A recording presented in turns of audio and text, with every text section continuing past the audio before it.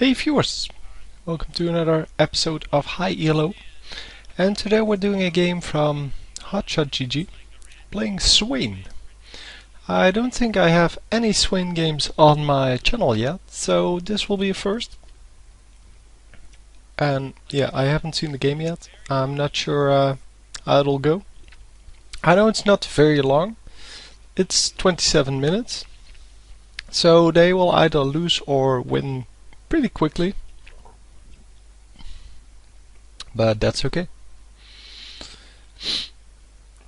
So we're going to gear up for the level 1 fight here. They are a little bit spread out, as you can see. And I totally forgot that this is not the replay system, this is from the stream. And yeah, I wanted to see who the jungler was and things like that, but it's probably going to be Nunu as the jungler. I mean, Shank can jungle, but why would you? Yeah, it seems to be Nunu starting at blue, getting some help from Irelia, who's probably going mid afterwards. And of course Hotshot is taking the top lane.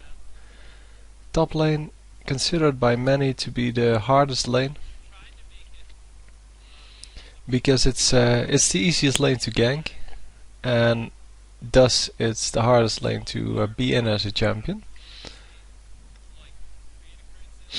So he's up against Jarvan. Jarvan, yeah, of course, very tanky. Jarvan's starting off with the Mackie pendant. No, that's not the Mackie pendant. Well, the life regen one. Probably going to build that into the Philosopher's Stone to get some extra gold, but also to get some extra some extra regen going on both health and mana. So Swain doing exactly the same thing, only starting with the mana pendant, which I forgot these names. That's really stupid. Normally I can just scroll over them and see what the names are, but in this case I don't.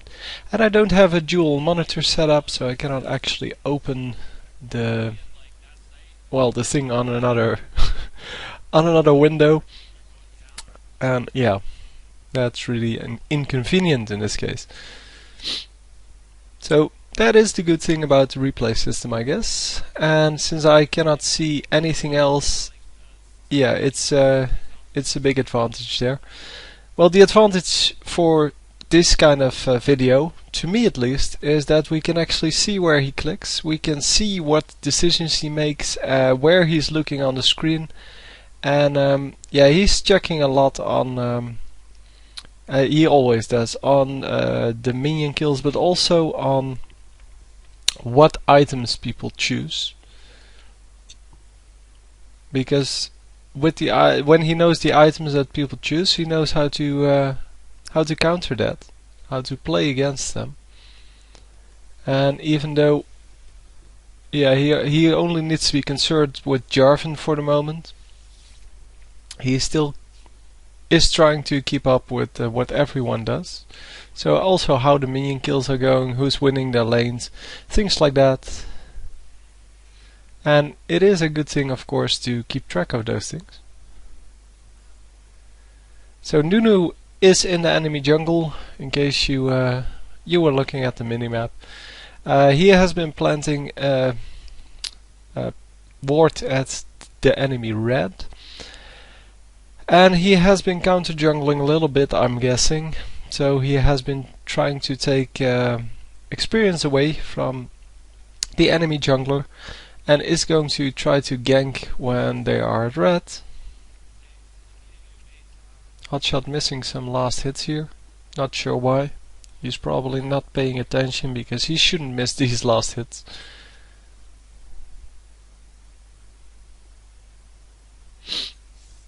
So middle lane is Irelia versus Ashe, which is a real big advantage normally to Ashe, because she's ranged.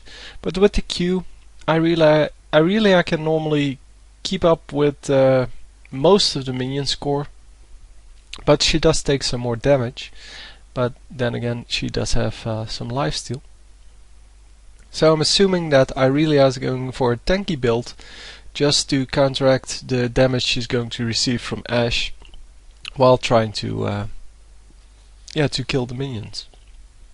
So bottom lane is being pushed quite hard, and there we go, first Philosopher's Stone and boots.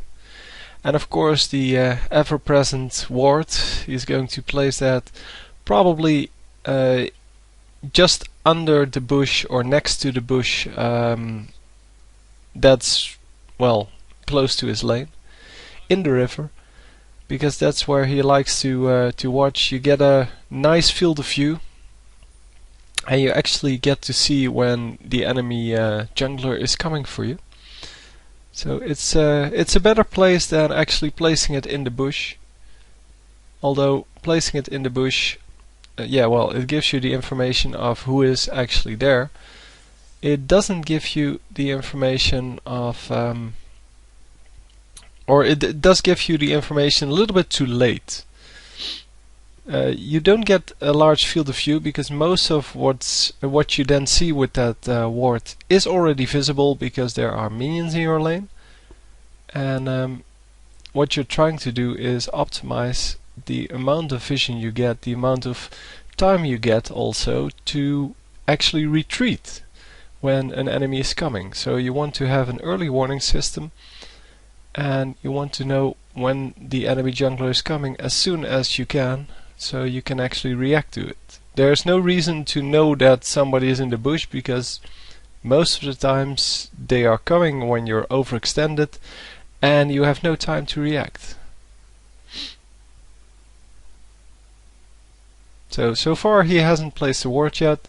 Simple reason would be because, well, he is close to his own turret. There is no real reason to assume that the jungler will be coming here. And yeah, Jarvan is trying to get a little bit of health off Swain, but yeah, with the ultimate there's not a whole lot he can do. Hotshot can just regen the health pretty quickly. He's trying to take out the minion still only last hitting, because then the blue minions actually get killed by the purple minions if Jarvan doesn't come to collect the gold, to last hit them. And every now and then he will come in, those are the moments that Swain can actually do some damage. And if Jarvan just stays away, yeah, he doesn't, or Swain actually doesn't care, because then the Jarvan doesn't get the gold and doesn't get the experience if he's too far away. But these people normally know where the experience range is, and they will come in when they can without taking too much damage. Obviously they don't want to take too much damage, especially early on. Later in the game it doesn't matter too much, but for now it is really important to stay alive.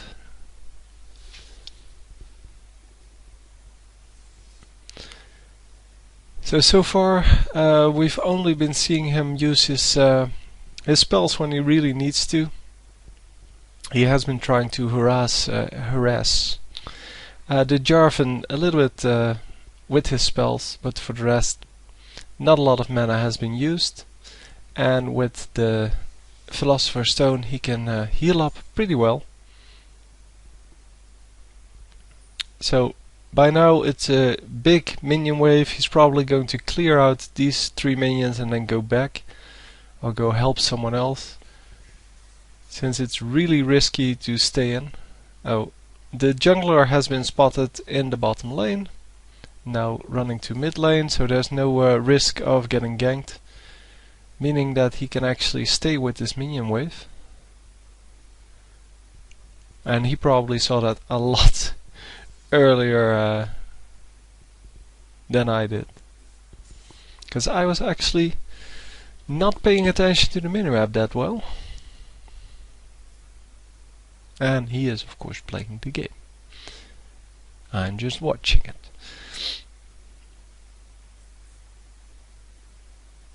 And so it's a real shame that we cannot actually pull up the minion scores and things like that, and the items people choose. Because he does this so quickly that I cannot actually see who's who and what items they got. And is he going to get the kill? Yes, he is.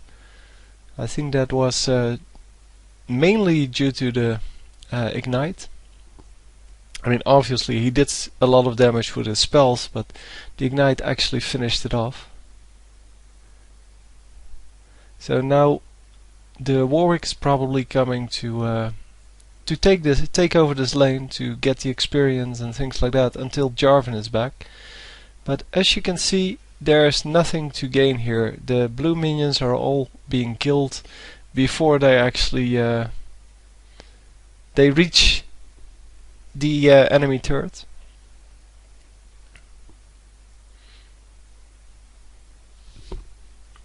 So normally you push the lane only when there is no enemy champion and when there's or when you want to go shop. Because when you shop, you can push the lane, then go back to your base, and by the time you're back, the minion wave will actually be in the middle of the lane again. So that's a good tactic, and if you don't do that, you miss out on some XP because your turret will take out some of the minions. So Jarvan coming in again for some last hits, but immediately getting attacked. Jarvan already has 2 of the gold per 5 items, and yeah, there was Warwick in the bush. Still the ward hasn't... Oh, the ward has been placed. Okay, he placed the ward in a different location than you normally see it. I mean, he normally places it in the river, but in this case, yeah, he placed it a little bit further. And he does that, of course, because the warning is now even earlier. Unless Warwick, of course, comes through the river, but there's no reason to assume that he will ever come through the river, because that's completely out of the way of any jungle creep. And therefore you will never see that.